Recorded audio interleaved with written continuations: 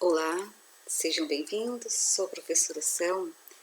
Vamos para mais uma aula de biologia.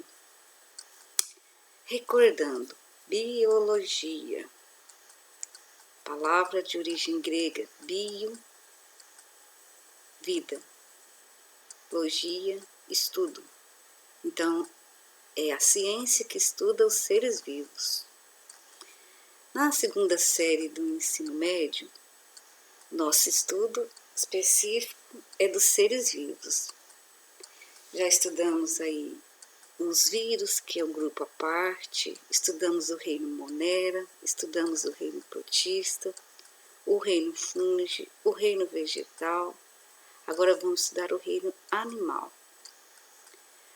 A área da biologia que estuda os animais é a zoologia, então nós vamos estudar agora zoologia. O reino animal ele pode ser denominado reino animal, reino animalia ou reino metazoa.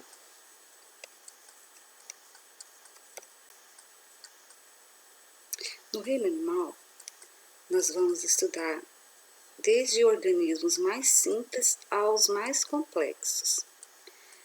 Só recordando e só fixando o indivíduo ser mais simples ou mais complexo não significa que um é melhor que o outro. São simplesmente diferentes.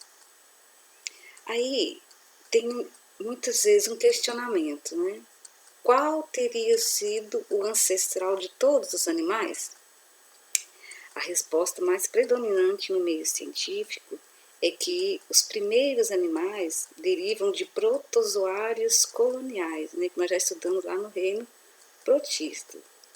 Aí foi ocorrendo ao longo dos milhares de anos aí, a evolução, aglomeração de células, desenvolvimento de trabalhos e surgindo aí os diversos tipos de animais a partir então de protozoários coloniais. Existem muitas semelhanças e diferenças entre os animais, mas o que caracteriza um indivíduo como sendo animal é o indivíduo ser pluricelular, nós já sabemos que é constituído por muitas células, né? E ter na sua composição, células do tipo eucariontes, ou seja, células que têm um núcleo organizado por uma membrana, né, a carioteca.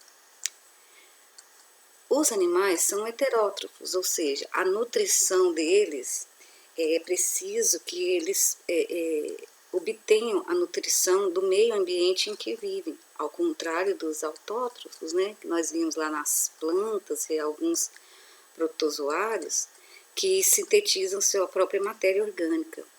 Os heterótrofos não, precisam absorver a matéria através do meio ambiente. Casos animais, né, se alimentar mesmo. Dependendo do animal, depende da sua alimentação, a alimentação dos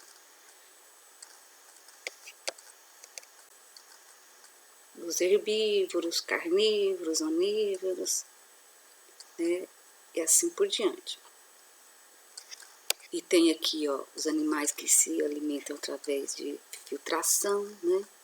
Nós vamos estudar depois que são os poríferos. Os animais, na sua diversidade, existem animais de vida livre, ou seja, são independentes, vivem sozinhos, não formam colônias. Existem aí os parasitas que precisam de se hospedar em outros seres vivos. Existem os mutualísticos, precisam também de outro ser vivo aí para sua sobrevivência, está trocando aí ajuda mútua, né, na sua sobrevivência. E os comensais que se alimentam aí em interação com outras espécies, onde ambas são beneficiadas. Indivíduos coloniais, ou seja, onde vários indivíduos vivem juntos, né? Essa troca aí, compartilhamento de alimentos.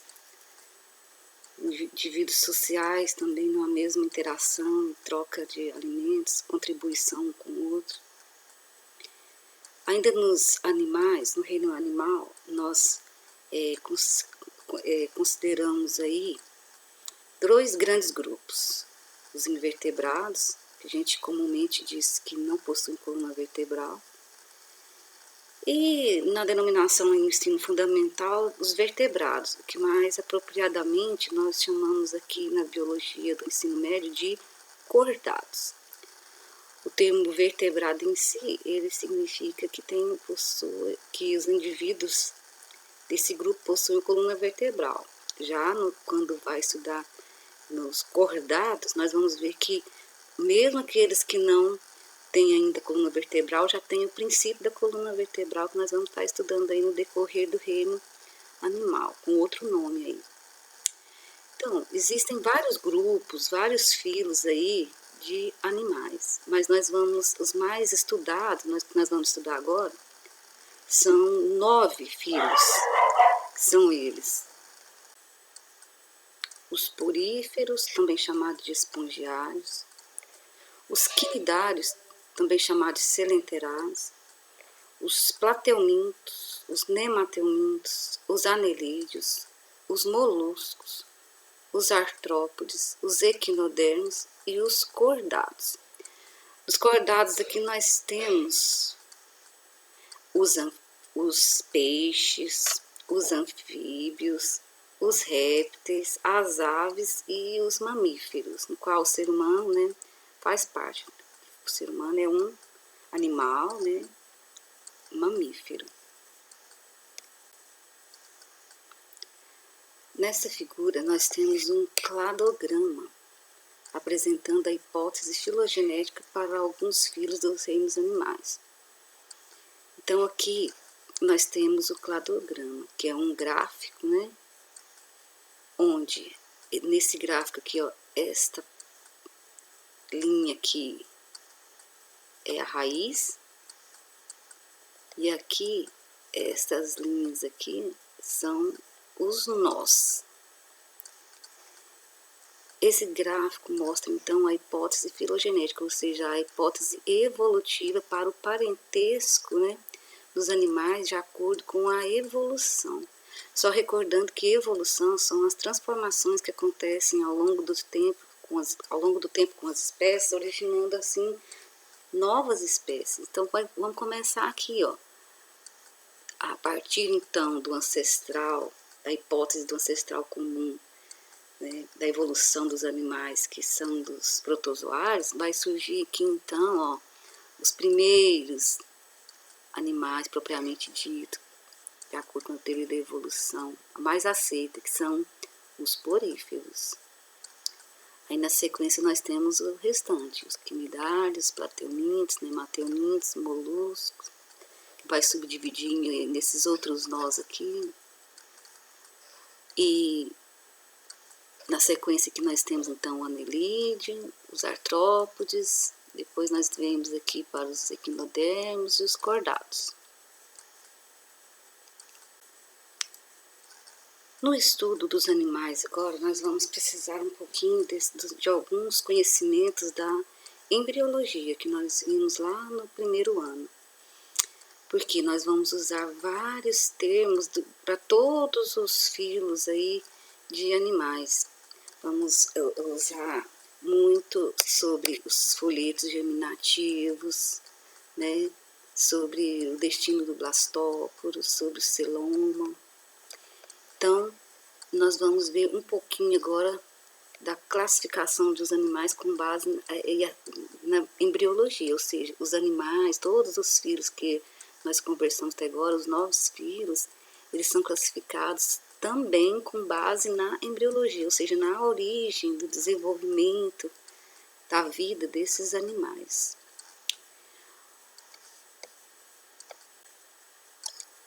Vamos falar primeiro de folhetos germinativos, também denominados de tecidos embrionários, ou seja, os primeiros tecidos a se formar nos indivíduos.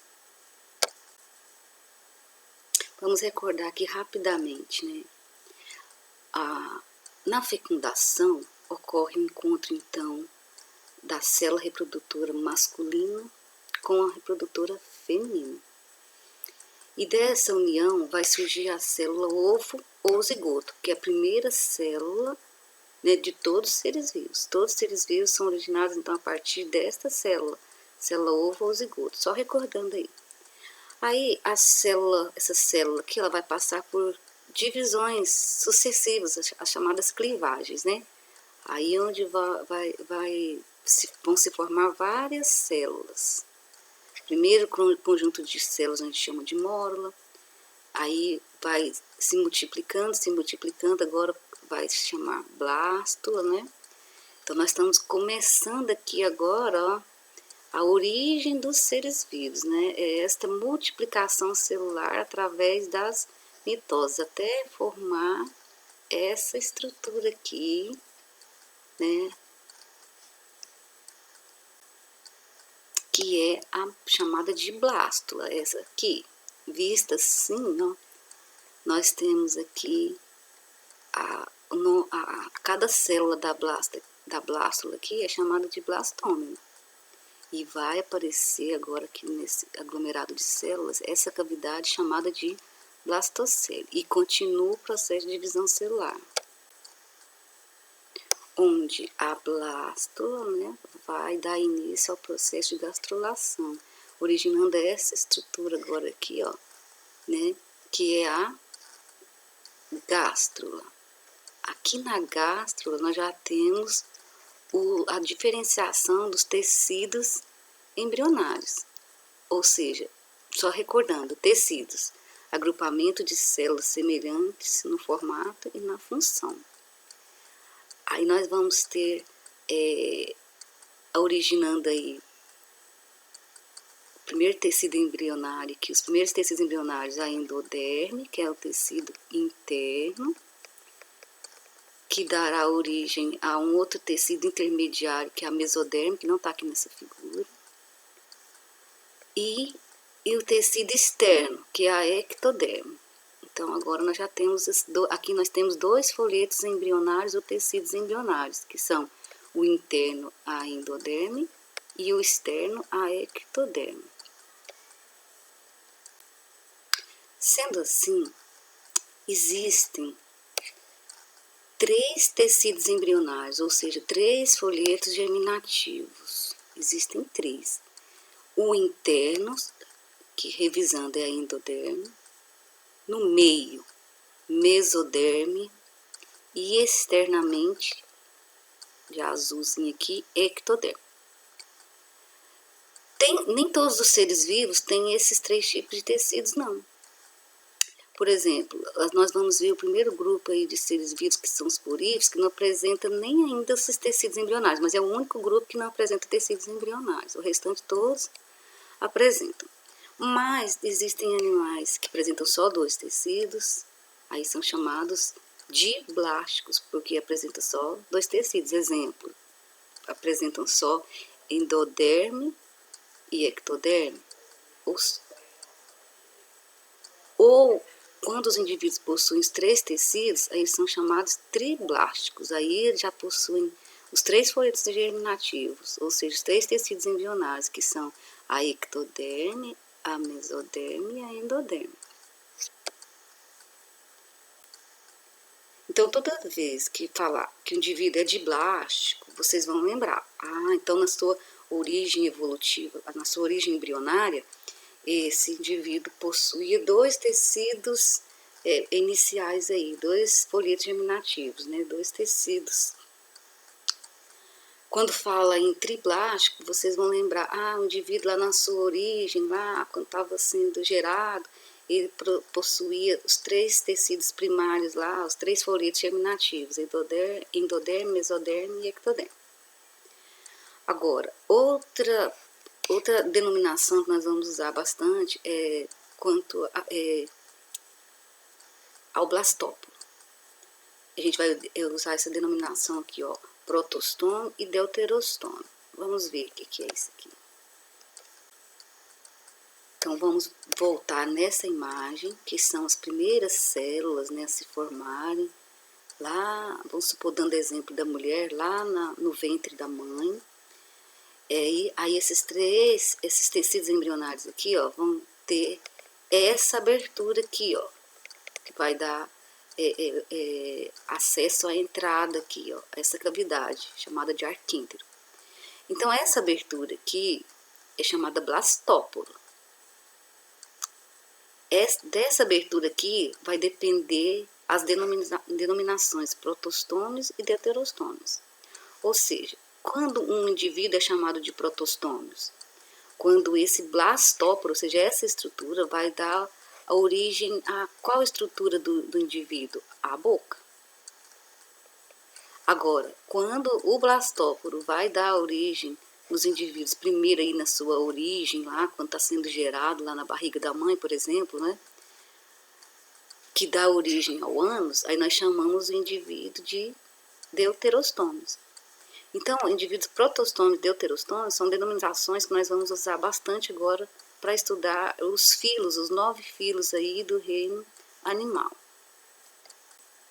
Aqui nós temos 2 exemplos assim para estudo inicial de indivíduos do tipo deuterostômio, no caso é o girino, e de indivíduo protostômio. Aqui, ó, mostrando que é o blastóporo, né, que vai dar essa origem ao indivíduo deuterostômio, ou seja, esse blastóporo aqui vai dar origem no indivíduo primeiro ao ânus. Aí a gente chama de indivíduo deuterostômio. Quando esse blastóporo, que é essa abertura aqui, lá nas primeiras células a se formar no indivíduo, que nós chamamos aqui, né, de gástrula, essa abertura aqui, o blastóporo, dá origem à boca, agora o indivíduo é chamado de protostômios. Então é só isso. Quando lá no início do indivíduo, a primeira estrutura a ser formada é a boca, nós chamamos de protostômios, e quando dá origem ao ânus, nós chamamos de deuterostômios. Vamos usar muito essas 2 palavrinhas aqui durante todo o estudo do reino animal. Outras palavras que nós vamos usar bastante no estudo dos seres vivos, então, é quanto ao celoma. Então, nós vamos ver indivíduos acelomados, pseulomados, né, e celomados. Então, vamos ver primeiro o que é um celoma, para aí a gente poder estudar o indivíduo que não possui celoma, o indivíduo que possui um falso celoma e o indivíduo que possui um celoma verdadeiro. Então, vamos ver o que significa celoma. Celoma é uma cavidade, ou seja, um buraco, né, que é originado a partir lá do tecido embrionário chamado de mesoderme. No indivíduo adulto, esse celoma formará uma cavidade do corpo, né, que abriga ali o tubo digestivo, as vísceras em geral ali no tórax, né, pulmão, coração, aquela cavidade ali. Os indivíduos acelomados são indivíduos que não possuem essa cavidade, não possuem esse celoma, essa cavidade na mesoderme.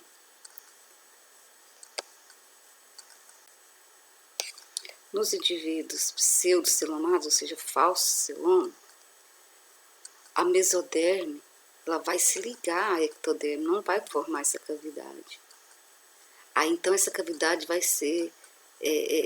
surgir ali a partir da endoderme. Aí a gente fala-se em falso celoma, porque o verdadeiro celoma é a cavidade que vai surgir aqui a partir da mesoderme. Nesse caso aqui vai surgir a partir da endoderme, então a gente chama de falso celoma. Nos indivíduos celomados, né, que são triblásticos, ou também chamados triploblásticos, o celoma, ou seja, a cavidade, vai surgir lá na mesoderme. Vamos ver aqui nas figuras. Recordando que nós já estudamos isso no primeiro ano. Estou só dando uma revisão, né? Então, vamos ver aqui os indivíduos que não possuem celoma. Nos indivíduos que não possuem, o que é o celoma mesmo? É a cavidade. lá na mesoderme, ou seja, um buraco, que eles não têm. Então, vamos ver que em indivíduos acelomados, os tecidos epiderme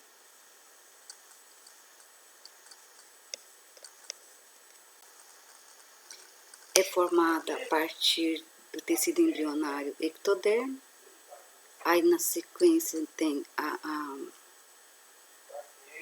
endoderme, em caso de animais diblásticos, né?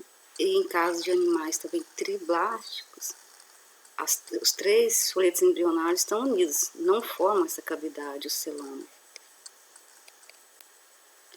Para os pseudocelomados, vamos usar esta figura aqui.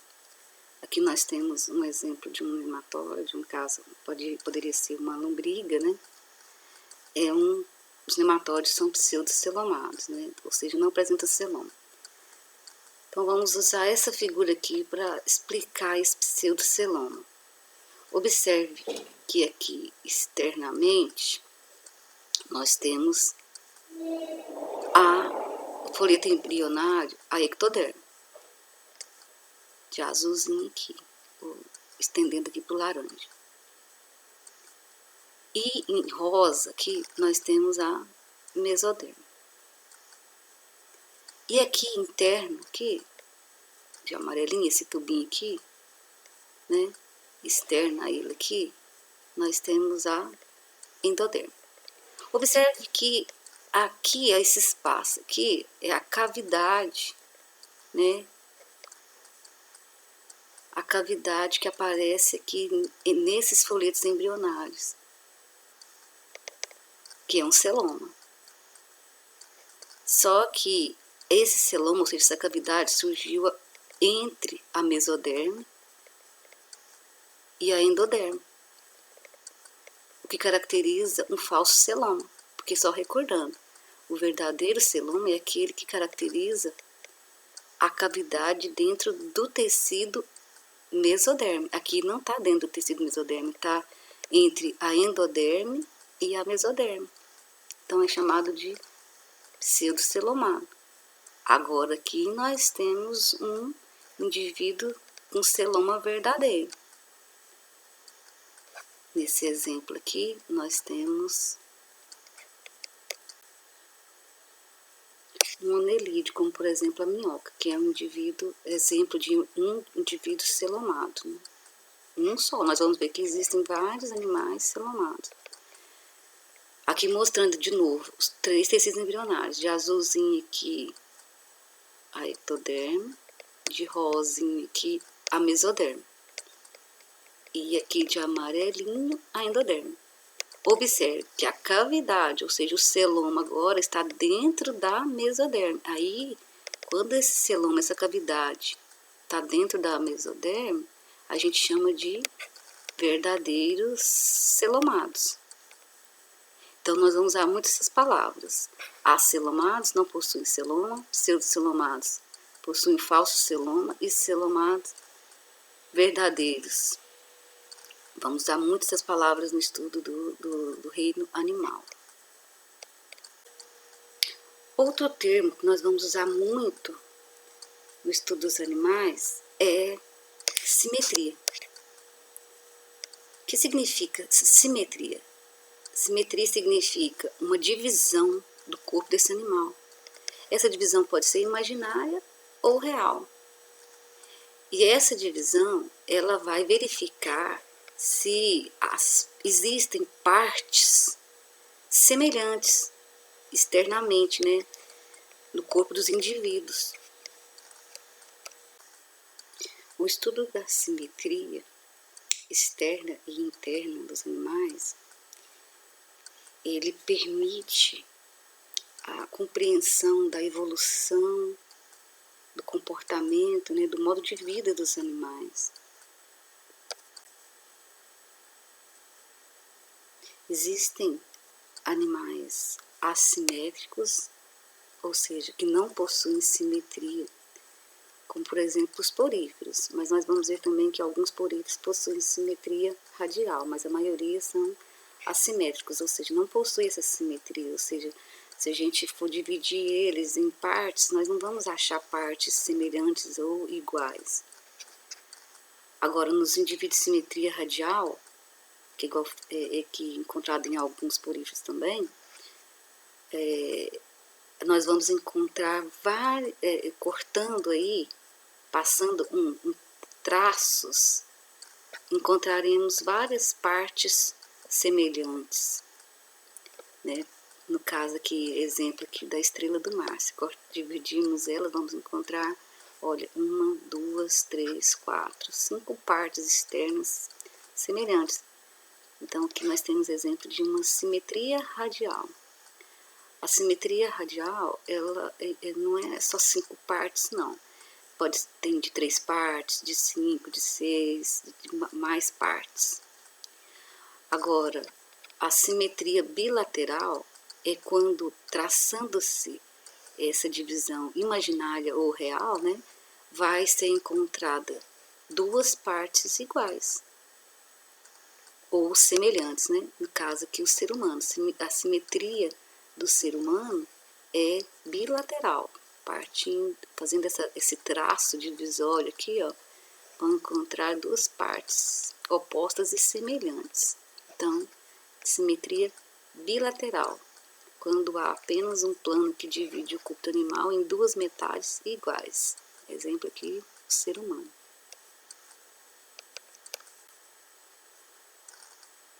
Nos exemplos quanto à simetria de seres vivos, nós temos aqui exemplos de assimétricos, poríferos e alguns quinidários, exemplos de indivíduos que possuem simetrias radiais, algumas esponjas, como eu já comentei anteriormente, os quinidários e os equinodermos. Exemplo de indivíduos que possuem simetria bilateral. Nós temos os plateumintos, os nematódios, os moluscos, os artrópodes, os equinodermos, a larva dos equinodermos, e os cordados, que eu disse anteriormente, que compreende os peixes, os anfíbios, os répteis, as aves e os mamíferos. Então, aqui nós temos um exemplo de simetria bilateral, 2, né? A borboleta e o ser humano. Aqui um exemplo de simetria radial. Esse quinidário aqui, olha, cortou em várias partes iguais ou semelhantes. E aqui um exemplo de assimétricos, um tipo de esponja aqui sem simetria. Não vai dar partes iguais se a gente traçar os planos. Ainda sobre as partes do corpo, nós vamos ver também no estudo da biologia, da zoologia aqui, dos animais, né? Estudo dos animais, nós vamos ver essas palavras, por exemplo, aqui, região anterior do animal, que se refere à cabeça, e região posterior, se refere, no caso do animais que tem cauda, né, a parte da cauda. No caso do ser humano aqui, essa parte aqui dos membros inferiores, né? E vamos ver também os termos dorsal, que se refere atrás, nas costas do indivíduo. E os termos ventrais, no ventral refere-se à parte da frente, do abdômen aqui, do animal, no caso aqui o ser humano. E vamos encontrar também esses termos, oral, no caso aqui desse quinidário, na região onde fica a boca, e a região aboral, na parte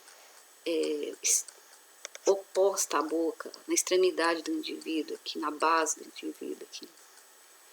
E aqui também pode ser chamada, essa região aqui também chamada de apical, e essa região aqui basal, ou então oral e aboral, né? Bom, nessa aula, até aqui, nós vimos então a introdução ao estudo do reino animal. E juntamente agora com essa introdução, nós vamos falar do primeiro filo do reino animal, que são os poríferos. Os poríferos são indivíduos mais simples, considerados aí como prováveis, né, ancestrais aí já do reino animal propriamente dito. Compreende nesse filo aqui as esponjas.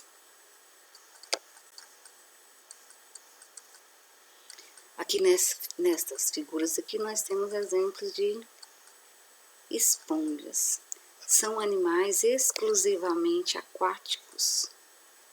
A maioria das esponjas vivem em água, né, marinha, são de ambiente marinho, água salgada. Mas existem algumas de água doce, mas a maioria é de água salgada, ou seja, a maioria é marinha. Uma característica deste grupo, uma característica marcante desse grupo é que eles são chamados de animais sésseis, ou seja, eles são animais fixos, eles não se locomovem, eles são fixos num substrato. O que é um substrato? É o local onde ele se fixou. Se ele se fixou na rocha, numa pedra, aí é o substrato dele. Se ele se fixou lá na areia, aí é o substrato. Se fixou no tronco, né, de uma planta lá, aí o tronco é o substrato. Então, as esponjas são animais fixas, elas não se locomovem, não saem do lugar. A denominação porífero é devido a esses indivíduos possuem no seu corpo inúmeros poros, ou seja, buracos ou orifícios, né, melhor dizendo, orifícios no corpo. E esses poros, eles são formados por células, que nós vamos ver mais adiante. Os poríferos, ou seja, as esponjas, elas são chamadas de parazoárias, ou seja, elas no corpo, a composição do corpo desses animais não formam tecidos. Se não formam tecidos, consequentemente não formam órgãos nem sistemas. Então, como esses indivíduos não têm tecidos, e as células que formam o corpo desses indivíduos, ela tem um alto grau de independência, ou seja, cada célula faz seu trabalho independentemente, mas cooperando uma com as outras, mas de forma que não constituem aí os tecidos. Só recordando, tecidos significa conjunto de células que se agrupam, né, para desempenhar uma função aí. E que na maioria, né, esses tecidos são constituídos aí de células semelhantes entre si, tanto no formato quanto na função. Esta característica aqui, parazoários, não esqueçam esse nome, parazoários, ou seja, não são, os indivíduos parazoários não são constituídos de tecidos, são só das esponjas. Os outros filos de animais todos são constituídos de tecidos, só esse que não, por isso que é chamado de parazoários. Bom, lembram na introdução que eu acabei de comentar sobre o estudo dos animais, introdução ao estudo dos animais, falei que nós iríamos usar algumas denominações, né, como por exemplo, simetria. Assim, quanto à simetria, a maioria das esponjas, ou seja, dos seres do filo porífero, são assimétricos, não possuem simetria. E alguns aí têm simetria radial. Nesta figura aqui nós temos mais exemplos de esponjas, essas estruturinhas aqui, ó.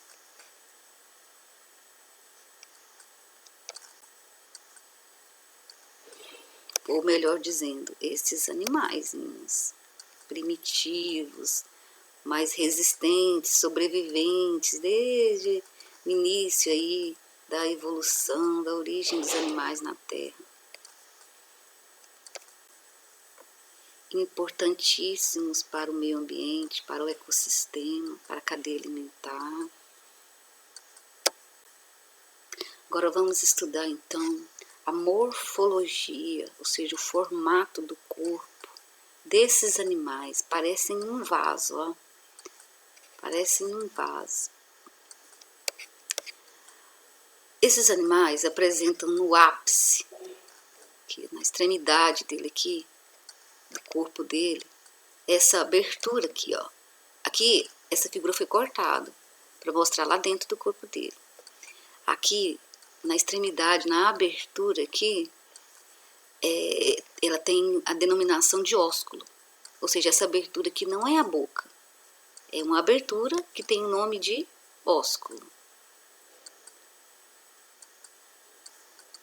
Internamente aqui, dentro do corpo desse animal, nós temos essa cavidade, esse buraco, vamos dizer assim, chamado de átrio, ou também pode ser chamado de espongiocele. No corpo dos animais, que é constituído aí por células interdependentes, células variadas, que nós veremos adiante, existem então os poros, que são esses orifícios, né, esses buracos aqui, importantíssimos para esse animal, que é um animal filtrador. Esses orifícios vai permitir a entrada de água aqui dentro do corpo do animal. E a água, nós sabemos que contém, na água onde eles estão vivendo ali no mar ou nos rios, né? Nessa água tem lá oxigênio dissolvido e tem também pequenas partículas aí de matéria orgânica, né? Que eles vão se alimentar. Então, a água vai entrar aqui pelos poros dentro do corpo do indivíduo, para ele então poder começar aí retirar as substâncias necessárias para a sua sobrevivência, como o oxigênio e os alimentos. E é importante salientar que essa cavidade, ou seja, esse espaço interno aqui dentro do corpo desse animal, não é uma cavidade digestiva igual ao nosso estômago. O nosso estômago, ele é um órgão, né, que lá dentro tem uma cavidade onde vai acontecer a digestão, ou seja, digestão é a quebra dos alimentos, né? No caso, e a absorção deles. No caso desses animais, essa cavidade, ela é responsável, então, pela presença de água lá dentro, para a entrada de água lá dentro. Porque a digestão desses animais vai acontecer dentro da célula, que nós chamamos de digestão intracelular. Nós vimos que o corpo desses animais, das esponjas, né, dos poríferos, qual representante são as esponjas, ele é constituído aí por várias células independentes, mas colaborativas entre si, né? Então vamos estudar então as células dos poríferos, né, das esponjas, e a função primordial, principal aí de cada uma delas. Então nós temos essa célula aqui, ó, que se chama coanócito. Essa célula é uma célula flagelada, ou seja, ela possui esse flagelo que é uma estrutura locomotora, ela se movimenta. E essa locomoção aqui é responsável para que esse animal retire da água que está lá dentro da cavidade, lá do átrio, as partículas nutritivas e o oxigênio. Agora, as esponjas possuem essa célula aqui chamada porócitos. É essa célula aqui. Essas células porócitos, ela tem um poro. É ela que forma aquele poro que nós vimos aí, ó, lá no corpo das esponjas, onde vai entrar a água. Lá entrar lá para dentro daquela cavidade, né, da esponja aqui, ó, que é o átrio. Aqui nós temos essa outra célula aqui, que é componente também do corpo das esponjas, chamada amebócitos. Esse amebócito, essa célula, ela é responsável, né, pela regeneração e crescimento aí desse animal e também da reprodução. Quando o animal reproduz aí, formando um broto, nós vamos ver mais adiante aí, brotamento, ou vários tipos de reprodução assexuada aí, são os amebócitos, que são as células responsáveis por essa função de reprodução, de regeneração, de crescimento da esponja. Agora os pinacócitos. Os pinacócitos são essas células aqui. Eles revestem externamente o corpo da esponja. Funciona para a esponja como a epiderme, né, nos outros animais. Lembrando que epiderme é tecido e que as esponjas não possuem tecido. Então é um exemplo do funcionamento desses pinacócitos. São células de revestimento, não são tecidos. Eu tinha que ter mencionado para vocês no início desse slide, do estudo desse slide aqui, mas vamos fazer agora aqui, ó. Aqui nós temos esponjas, aqui nós temos então um corte da esponja, para mostrar aqui, ó, as células que compõem o corpo da esponja, que são essas aqui que eu comentei. Agora falta falar da espícula. As espículas são estruturas rígidas, funcionam aí para dar estrutura para o corpo das esponjas, para elas ficarem firmes aqui, em pezinhas. Funciona como um exoesqueleto, ou seja, um esqueleto externo desses animais, para dar formato, né, ao corpo deles. É igual o nosso esqueleto interno sustenta aqui os nossos músculos aqui, no caso do ser humano. Então, as espículas são os elementos esqueléticos, né, encontrados nos poríferos. Que nós temos tipos de espículas de carbonato de cálcio, espículas de natureza proteica, ou seja, de proteína, espículas de sílica, todas estruturais, encontradas aí no corpo das esponjas. Dentre as células das esponjas, a mais estudada, a que cai mais aí nas provas, são essas aqui, ó, os coanócitos, aquela célula flagelada, né? Como esses indivíduos são animais filtradores, ou seja, eles filtram a água para retirar os alimentos e o oxigênio, essa célula aqui, ó, que vai fazer o quê?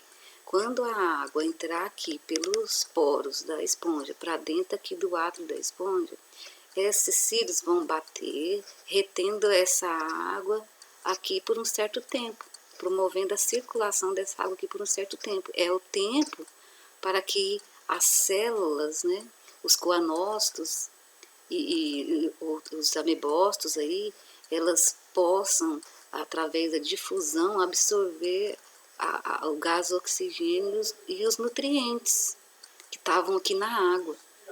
Então, esta filtração, ela promove alimentação e oxigenação para esses animais. Como funciona isso? Vamos repetir. A água entra pelos poros, né? E vai aqui para o átrio, também chamado espongiocele.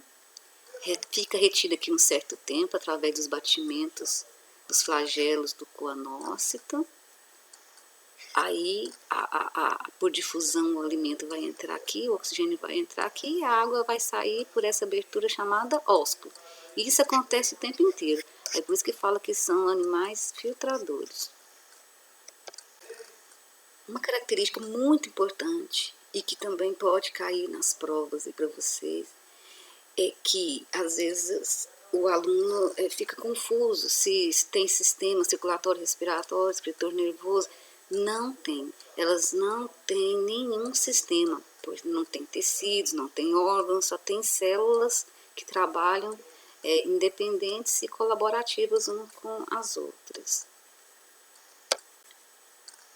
Quanto à morfologia, o formato da esponja, a composição dela, elas são classificadas em 3 tipos. Tipo Ascom, que é essa esponja aqui, é uma mais simples. Essa é a estrutura do Ascom, o corpo da esponja desse formato. Sicon é quando o corpo da esponja ele vai fazer dobras aqui, ó. Então aqui é um exemplo de esponja do tipo Sicon. E Leucon é essa esponja aqui mais complexa, com várias dobras. Aqui então nós temos o tipo de esponja do tipo Leucon. Essa esponja aqui mais complexa, ela tem grande capacidade de filtrar a água e tem maior tamanho. Então esses nomes aqui são devido ao formato, né, do tipo de corpo. Consequentemente esse formato vai variar aí na sua função. Vamos falar agora da reprodução dos poríferos. Existem 2 tipos de reprodução dos poríferos: assexuada e sexuada. Alguns fazem assexuada, outros fazem sexuada, outros fazem os 2. Os tipos de reprodução assexuada nas esponjas são do tipo brotamento, que é esse exemplo aqui, ó, na esponja. As amebócitos desenvolvem um brotinho, esse brotinho cai no solo, no substrato, e se regenera, cresce, formando uma nova esponja. Reprodução assexuada por gemulação. Na reprodução assexuada por gemulação, o amebócito, as células amebócitos, eles produzem essa região aqui, ó, de espícula protetora resistente. E quando tiver protegendo essas células aqui, que quando essa gêmula aqui, são essas células mais essas espículas, cair em ambiente propício, elas vão se dividir e formar uma nova esponja. Existe tipo de reprodução sexuada por fragmentação e regeneração, ou seja, se vários pedacinhos dessa esponja aqui forem cortados por algum motivo, aí cada pedacinho desse aqui vai se multiplicando através de divisões celulares e formar aí novas esponjas. Agora, vamos ver exemplo de reprodução sexuada. Nesse exemplo de reprodução, vai acontecer a participação de uma esponja que vai produzir células masculinas e uma esponja que vai produzir células femininas. A esponja que vai produzir células femininas vai liberar essa célula, a masculina vai liberar essa célula masculina natante. Essa célula vai nadar aqui, sair da esponja macho, né? Nadar aqui, chegar na esponja fêmea. E aqui vai acontecer a fecundação, ou seja, o encontro da célula masculina com a feminina. Desta fecundação vai começar a divisão celular, né, e originar aqui um embrião chamado de larva. Essa larva ela vai continuar sua divisão celular, se instalar num substrato, se desenvolver numa nova esponja. Nessa figura aqui tem detalhado aqui o que eu comentei. Importância das esponjas. Além da importância médica, tem a importância ecológica que eu comentei anteriormente, né? Nós vamos falar agora então da importância médica. Vamos falar dos acidentes causados por esponjas. As esponjas produzem diferentes compostos de ação tóxica que protegem elas, né, de outros animais predadores, né? Agora, essa toxina, se penetrar na pele do ser humano, ela vai causar intoxicação e, além também das espículas, perfuram, né, a pele. Então pode ocorrer irritação da pele, resultando em uma inflamação, que pode surgir placas que dão origem a bolhas, né, também chamada de pápulas, podendo haver intensa coceira até dor no local. Uma medida rápida para poder auxiliar é aplicar fita, né, adesivas na pele, para ver se retira essas espículas, né, e tratar a região com vinagre. Isso aqui são primeiros socorros, né? Depois ir ao médico para terminar aí o tratamento. Antes de nós, o ser humano, começar a produzir a bucha sintética, as esponjas eram utilizadas para tomar banho. Hoje quase não utiliza mais, né? Também as esponjas são utilizadas para a produção de medicamentos também. Na indústria, para cortar vidros. Então esse foi nosso estudo das esponjas. Animal resistente, animal antigo, de grande importância ecológica na cadeia alimentar, no modo de vida aí dos seres aquáticos. Até a próxima.